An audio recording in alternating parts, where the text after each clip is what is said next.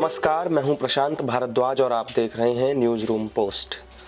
देश की मशहूर गायिका स्वर कोकिला लता मंगेशकर अब हमारे बीच नहीं है।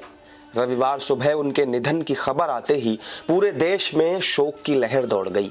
नेताओं, अभिनेताओं से लेकर तमाम हस्तियों ने उनके निधन को अपूरणीय क्षति बताया है। बीते दिन से ही उनका स्वास्थ्य बिगड़ गया था, जिसके बाद उन्हें आईसीयू में वेंटिलेटर पर रखा गया।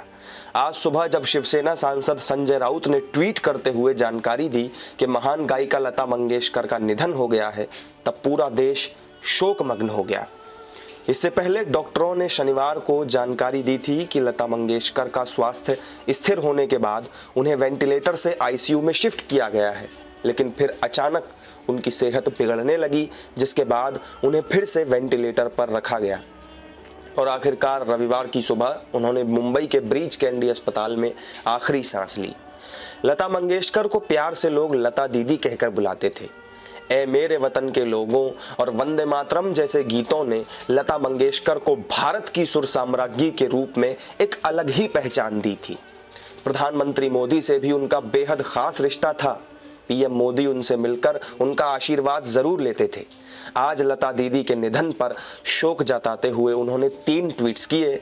इन ट्वीट्स में उन्होंने लिखा कि लता दीदी के गानों ने कई तरह के इमोशंस को उभारा। उन्होंने दशकों तक भारतीय फिल्म जगत के बदलावों को करीब से देखा। फिल्मों से परे वो हमेशा भारत के विकास के बारे में भावुक थीं। वे हमेशा एक मजबूत और विकसित भारत देखना चाहती थीं।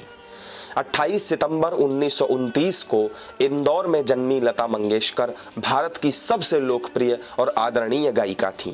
उनका 6 दशकों का पूरा कैरियर उपलब्धियों से भरा पड़ा है। लता जी ने प्लेबैक सिंगर के रूप में लगभग 30 से ज़्यादा भाषाओं में फिल्मी और गैर फिल्मी गाने गाए। अपनी बहन आशा भोसले के साथ लता जी का फिल्मी गायन में सबसे बड़ा योगदान रहा। लता जी की जादुई आवाज़ के दीवाने केवल भारत ही नहीं बल्कि पूरी दुनिया में मौजूद हैं। साल 2001 में लता मंगेशकर को सरकार ने भारत रत्न से भी सम्मानित किया था। आज दोपहर 12 से 3 बजे तक लता मंगेशकर का पार्थिव शरीर उनके पेडार रोड स्थित आवास प्रभु कुंज पर अंतिम दर्शन के लिए रखा जाएगा और इसके बाद शाम 4:30 बजे मुंबई के शिवाजी पार्क में पूरे राजकीय सम्मान के साथ उनका अंतिम संस्कार किया जाएगा और वो पंचतत्व में विलीन हो जाएंगी। अपनी सुरीली और मनमोहक आवाज के जरिए पूरी दुनिया में भारत का नाम रोशन करने वाली स्वर कोकिला लता मंगेशकर जी को मैं न्यूज़ रूम पोस्ट की ओर से श्रद्धांजलि अर्पित करता हूँ। नमस्कार।